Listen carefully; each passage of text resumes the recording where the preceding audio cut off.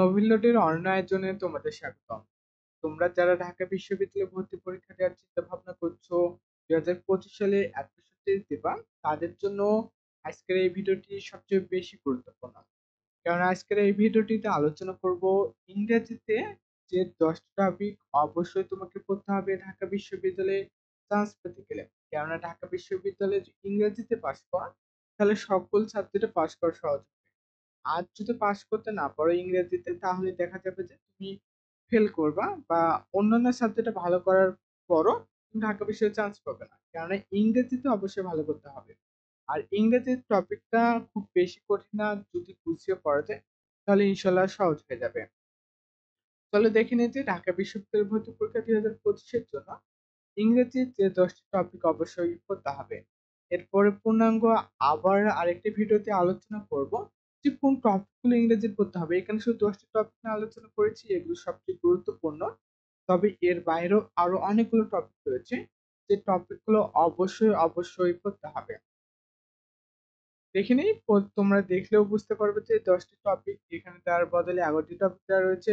তবে এখানে আবার কিছু অন্যান্য রিলেটেড টপিক আসবে, সেগুলো বিশ্লেষণ করে তোমাদেরকে আমি বলে দিচ্ছি। যেমন দেখো, প্রথমে যেটা রয়েছে সেটা হচ্ছে parts of speech. Parts of speech শুধু যে এই অংশটুকু কিন্তু না, পার্টস অফ স্পিচ কিন্তু একটি টপিকের নাম না। এটাকে যদি আমি বিশ্লেষণ করি, তাহলে তোমরা দেখতে পারবে যে পার্টস অফ স্পিচের মধ্যে কি কি রয়েছে। প্রথমে যেটি রয়েছে সেটা হচ্ছে নাউন রয়েছে। এর হচ্ছে পার্টস অফ স্পিচের মধ্যে প্রথমে নাউন রয়েছে, এরপর রয়েছে প্রোনাউন, এরপর কি রয়েছে প্রোনাউন রয়েছে, এরপরে অ্যাডজেক্টিভ রয়েছে, এরপরে অ্যাডজেক্টিভ রয়েছে, এরপর অ্যাডভার্ব রয়েছে। জাস্ট এই চারটা যদি মোটামুটি পড়া যায় তাহলে একটু পার্টস অফ স্পিচ শেষ করা যায়। তবে আরেকটি টপিক বাদ কখনোই দেওয়া যাবে না, সেটা হচ্ছে ভার্ব। সরি, যে ভার্ব টপিকটা, এই ভার্ব টপিকটা কিন্তু আবার বিস্তারিত রয়েছে। পার্টস অফ স্পিচ সাধারণত তোমরা জানো যে 8 প্রকার, বা 8 প্রকার এখানে পড়তে হচ্ছে না। 8 প্রকারের মধ্যে এই 5 প্রকার প্রথমে পড়তে হবে। আর তোমরা যেটা বলতেছো যে প্রিপোজিশন টপিকটা রয়েছে, প্রিপোজিশন টপিকটা একটু পর ওটা হচ্ছে মেমোরাইজিং পার্টের মধ্যে অন্তর্ভুক্ত করা হয়েছে। যে পার্টস অফ স্পিচের মধ্যে এই 5টি টপিক অবশ্যই পড়তে হবে। আবার যখন তুমি ভার্ব করতে যাবা, আবার আমি যদি ভার্ব থেকে বলি, যে ভার্ব থেকে বললে আসবে হচ্ছে, প্রথমে আসবে হচ্ছে মডেল ভার্ব। কি মডেল ভার্ব? মডেল ভার্ব অবশ্যই তোমাকে পড়তে হবে। এরপরে যে টপিকটা আসবে বা যে ভার্বটা আসবে সেটা সবচেয়ে বেশি গুরুত্বপূর্ণ। কেন এই ভার্বটি অবশ্যই তোমাকে পড়তে হবে, তা হচ্ছে কি positive verb. Positive verb, sorry, positive positive verb. যে পজিটিভ ভার্ব অবশ্যই তোমাকে পড়তে হবে। ভার্ব টপিকটা পড়বা মাশাআল্লাহ, কিন্তু এরপরও ভার্বের বেসিকটা জানার পরে জানতে হবে যে মডেল ভার্ব এবং পজিটিভ ভার্বের ব্যবহার সম্পর্কে তোমাকে জানতে হবে। তার মানে দেখতে পাচ্ছ যে একটি টপিক, যে পার্টস অফ স্পিচ পড়তে গেলে তোমাকে এখানে পড়তে হচ্ছে 5টা, আর এখানে 2টি, মোটে 7টি টপিক তোমাকে পড়তে হবে। তারপর পার্টস অফ স্পিচ তুমি শেষ করতে পারবে। আর যে পার্টস অফ স্পিচ যদি কেউ না জানে, তাহলে সে অ্যাডমিশন বলো, জব প্রিপারেশন বলো বা যাই বলো না কেউ, কোনো কোশ্চেনের অ্যান্সার করতে পারবে না। এটা হচ্ছে বেসিক। আর বেসিক থেকে যদি তুমি শুরু না করো, তাহলে কোনো কিছুতেই তুমি পারবে না, এইটুকু বলা যায়। এর আগে বেসিকের মধ্যে রয়েছে, তোমাদের রয়েছে লেটার রয়েছে, ওয়ার্ড রয়েছে, সেন্টেন্স রয়েছে, সাবজেক্ট রয়েছে, অবজেক্ট রয়েছে, প্রেডিকেট রয়েছে। সবগুলোই অবশ্যই তোমাদেরকে জানতে হবে। ইনশাল্লাহ আমি যখন অ্যাডমিশনের ক্লাস শুরু করব, তখন তোমাদেরকে আমি জানিয়ে দেবো। এরপর দেখো, 2 নম্বর যে টপিকটা রয়েছে জেরান পার্টিসিপল। জেরান এবং পার্টিসিপল, জেরান পার্টিসিপল সম্পর্কে অবশ্যই জানতে হবে। জেরান পার্টিসিপল সম্পর্কে জানতে হবে, এর আগে আবার জানতে হবে তোমাদেরকে কোন টপিক, নাউন টপিক, এবং এরপরে জানতে হবে অ্যাডজেক্টিভ। এই দুটি টপিক সম্পর্কে জানতে হবে। এর জন্য প্রথমে পার্টস অফ স্পিচ তোমাদেরকে শেষ করতে হবে। কেন জিরান জানতে হলে নাউন টপিক জানতে হবে, আর পার্টিসিপল জানতে হলে অ্যাডজেক্টিভ প্রপার্টি জানতে হবে। এছাড়া কখনোই জিরান এবং পার্টিসিপল সম্পর্কে কোনো ধারণা তুমি পাবে না। এরপর যেটা রয়েছে সেটা হচ্ছে ক্লোজ সম্পর্কে তোমাদেরকে জানতে হবে।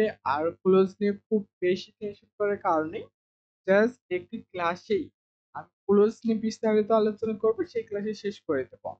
আর ক্লোজ নিয়ে খুব শর্টকাট কয়েকটি রুলস তোমাদেরকে দিলে তোমরা এটা পেয়ে যাবা আশা করি। এরপর রয়েছে subject verb agreement. Subject verb agreement যা তোমরা এএসএসসি তে পড়েছো বা এএসএসসি তে পড়ে থাকো সেই টপিকটাই। তবে এখানে সাবজেক্ট ভার্ব এগ্রিমেন্ট করতে গেলে আবার তোমাদেরকে ভার্ব সম্পর্কে ভালোভাবে আইডিয়া থাকতে হবে যে এই সাবজেক্ট ভার্ব এগ্রিমেন্ট যদি তুমি জানতে চাও তাহলে তোমাকে জানতে হবে ভার্ব টপিকটা।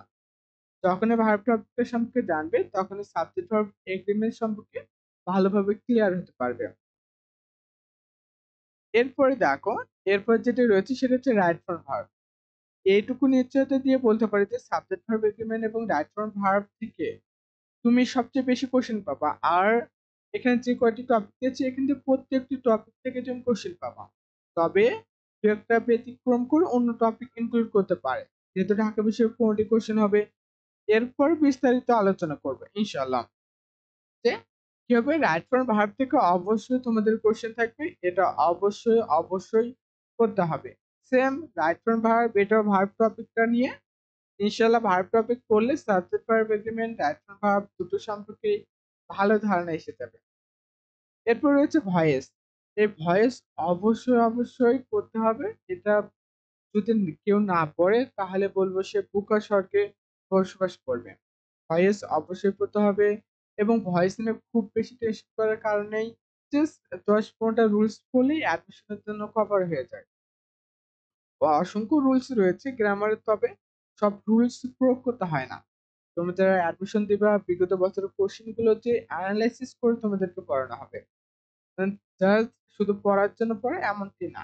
বিগত বছরের কোশ্চেন অ্যানালাইসিস করে শুধু যার কাছে পড়ো তার কাছে পড়ো বা তুমি অ্যানালাইসিস করে পড়ো না কেন, তাহলে ভালো করতে পারবে। আর আমার মাইক্রোফোনে একটু প্রবলেমের কারণে হয়তোবা ভয়েসটি অন্যরকম হতে পারে। জাস্ট ক্ষমা সুন্দর দৃষ্টিতে দেখবা তোমরা আজকে। এরপর রয়েছে ন্যারেশন। ন্যারেশন হচ্ছে তোমাদের সবচেয়ে ভয়ের কারণ। ন্যারেশন কি? ন্যারেশন হচ্ছে তোমাদের কাছে সবচেয়ে ভয়ের কারণ। এই কারণে তোমরা ন্যারেশন পড়ো না, এসএসসি তে ন্যারেশন পড়ো না, অ্যাডমিশনে কি আবার বিস্তারিত পড়বে কিভাবে? এর জন্য ইনশাআল্লাহ ন্যারেশন নিয়ে ভয় করার কারণেই অ্যাডমিশনে 100% ক্লিয়ার করে দেব। ন্যারেশন শেষ করতে পারবে মাত্র 5টি সেন্টেন্সে, যা তোমাদের বেসিক পড়া। আর সেন্টেন্স যে 5 সেটা হচ্ছে অ্যাসার্টিভ, ইন্টারোগেটিভ, ইম্পারেটিভ, অবজেক্টিভ এবং এক্সক্লেমেটরি। এই 5টি সেন্টেন্স সম্পর্কে ধারণা থাকলে ন্যারেশন নিয়ে তুমি ক্লিয়ার হতে পারবে। ওগুলো হচ্ছে বেসিক। আর ইনশাআল্লাহ বেসিক থেকে তোমাদেরকে শেখানো হবে। বেসিক না শিখিয়ে তোমাদেরকে অ্যাডমিশন এর জন্য প্রস্তুত কখনোই কেউ করতে পারবে না। এরপরে দেখো আর্টিকেল। আর্টিকেল থেকে প্রতি বছরে প্রায় কোশ্চেন দেখা যায়, আবার কোনো বছর কোশ্চেন পড়ে না আর্টিকেল থেকে। তবে আর্টিকেল ইম্পর্টেন্ট, আর্টিকেল অবশ্যই পড়তে হবে। আর আর্টিকেল পড়তে গেলে তোমাদেরকে যে বিষয়টি জানতে হবে তা হচ্ছে নাউন টপিক, যে কোন নাউনের পর পরে বা কোন নাউনের সময় কোন আর্টিকেলটা বসে এটা জানতে হবে। এরপর জানতে হবে সঠিক উচ্চারণ। এরপরে জানতে হবে তোমাদের ভাওয়াল এবং কনসোনেন্ট সম্পর্কে, যে বেসিক আলোচনা যে ভাওয়াল কোনটি কনসোনেন্ট কোনটি এগুলো জানতে হবে। আর আদার্স কিছু টপিক সম্পর্কে আইডিয়া থাকলেই পেয়ে যাবা। এরপর যেটা আসি সেটা হচ্ছে প্রিপজিশন। প্রিপজিশন পার্টস অফ স্পিচের অংশ, যদিও তবুও এটাকে মুখস্থ বিষয়ের মধ্যে রেখেছে। কোন বিষয়ের মধ্যে রাখা হয়েছে তা হচ্ছে মুখস্থর বিষয়ের মধ্যে রাখা হয়েছে, যে প্রিপজিশন। প্রিপজিশন বেসিকটা জানবাই। এরপরে অ্যাপ্রোপ্রিয়েট প্রিপজিশন রয়েছে, যে অ্যাপ্রোপ্রিয়েট প্রিপজিশন গুলো মুখস্থের বিষয়। আর অ্যাডমিশনে দেখা যায় যে 70 থেকে 80% কোশ্চেন হয় অ্যাপ্রোপ্রিয়েট প্রিপজিশন থেকে। এর জন্য অ্যাপ্রোপ্রিয়েট প্রিপজিশনের শীট আমি দেবো। তোমাদের জন্য সকল শীট রেডি করা রয়েছে। জাস্ট ক্লাস করবে, পিডিএফ ফাইলগুলো নেবে, জাস্ট তোমার মন মতো করে পড়বা। আমি শুধু তোমাদেরকে অ্যাডমিশন ডিরেকশন দেবো 3 মাসে, যার ক্লাসগুলো ফ্রিতে প্রোভাইড করবো আমি। কোনো পেইড ভার্সের আলোচনা হবে না বা পেইড ভার্স করবে না। ফ্রি ভার্সই পেইড ভার্সের সার্ভিসটা তোমরা পেয়ে যাবা ইনশাআল্লাহ। তোমরা যেখানে 3-4 হাজার টাকা দিয়ে ভর্তি হচ্ছে বা যদি অফলাইনে ভর্তি হয়ে থাকো ইতিমধ্যে হয়তো বা 10-15 হাজার টাকা দিয়ে ভর্তি হয়েছে, তার চেয়ে ভালো সার্ভিস তুমি এখানে ফ্রিতে পেয়ে যাবা। সেই সাথে পিডিএফ ফাইলগুলো ইনশাআল্লাহ তোমাদেরকে আমি দিয়ে দেবো। আর প্রিপজিশন টপিকটা কখনো মিস করা যাবে না, কেননা প্রিপজিশন টপিক থেকে প্রতি বছর কোশ্চেন হয়, প্রতি বছর কোশ্চেন থাকবে। এরপরে রয়েছে স্পেলিং। স্পেলিং বাদ দেওয়া যাবে না। এই স্পেলিং টপিকটাও ইনশাআল্লাহ তোমাদেরকে একটি শীট দিলে তোমরা ক্লিয়ার হতে পারবে। 10টি টপিক দেওয়ার কথা ছিল, তবে এখানে কয়টি দেওয়া রয়েছে? 11টি দেওয়া রয়েছে। ইনশাআল্লাহ একটি টপিক বেশি দিতে তোমরা, বা এটা বোনাস টপিক তোমাদের জন্য। এরপরে আরেকটি ভিডিওতে বিস্তারিত আলোচনা করব যে এই 11টি টপিকের বাইরেও যদি কোশ্চেন করে তাহলে কোনগুলো করতে হবে। এখন দেখো, ভোকাবুলারি তোমাকে পড়তে হবে, তার মধ্যে রয়েছে সিনোনিম এবং অ্যান্টোনিম। এটাকে সাধারণত আমরা ভোকাবুলারি হিসেবে জানি যে সিনোনিম এবং অ্যান্টোনিম অবশ্যই করতে হবে। সিনোনিম অ্যান্টোনিম ছাড়া কিন্তু যদি পরীক্ষার হলে যাও তাহলে বাকি যে টপিকগুলো রয়েছে না, বাকি যে 10টি টপিক, এই টপিকে তুমি অ্যান্সার করতে পারবে না বেশিরভাগ ক্ষেত্রে। কেননা একটি সেন্টেন্সের যদি অর্থ না বোঝো তাহলে কিভাবে হবে? একটি ওয়ার্ডের যদি মিনিং না জানো সেক্ষেত্রে কিন্তু অনেক ক্ষেত্রে তোমাকে পস্তাতে হবে। আর যতগুলো টপিক রয়েছে তার মধ্যে সিনোনিম অ্যান্টোনিম অবশ্যই তোমাকে পড়তে হবে। সিনোনিম অ্যান্টোনিম ছাড়া পরীক্ষার হলে যাওয়া মানে বোকা স্বর্গে বাস করা। আর আমি সবচেয়ে গুরুত্ব দেই যে ভোকাবুলারি পার্টে গুরুত্ব দেই, এর পরে দেই হচ্ছে আমি রিটেন পার্টে, এর পরে দেই হচ্ছে গ্রামার পার্টে, এবং সর্বশেষ দেই হচ্ছে টেক্সট বুকে। এই 4টি ধাপে পড়ানো হয়। ইনশাআল্লাহ এই 10টি বা 11টি টপিক সময় থাকলে তুমি করে নেবা। এর পাশাপাশি আমি ক্লাসগুলো তোমাদেরকে দিলে সেখানে পিডিএফ ফাইলও পেয়ে যাবা, ফ্রিতে ক্লাস করতে পারছো। শুধু তোমরা যদি চাও আমার নোবেল বইটা তুমি পিডিএফ আকারে নিতে পারো, সেটাও ফ্রিতে দেওয়ার চেষ্টা করবো ইনশাআল্লাহ। ক্লাস শুরু হলে সবকিছু জানিয়ে দেব। এবং অ্যাডমিশনের সকল তথ্য পেতে নোবেল ইউটিউব চ্যানেলটি সাবস্ক্রাইব করে পাশে থাকবে, এটাই প্রত্যাশা করছি।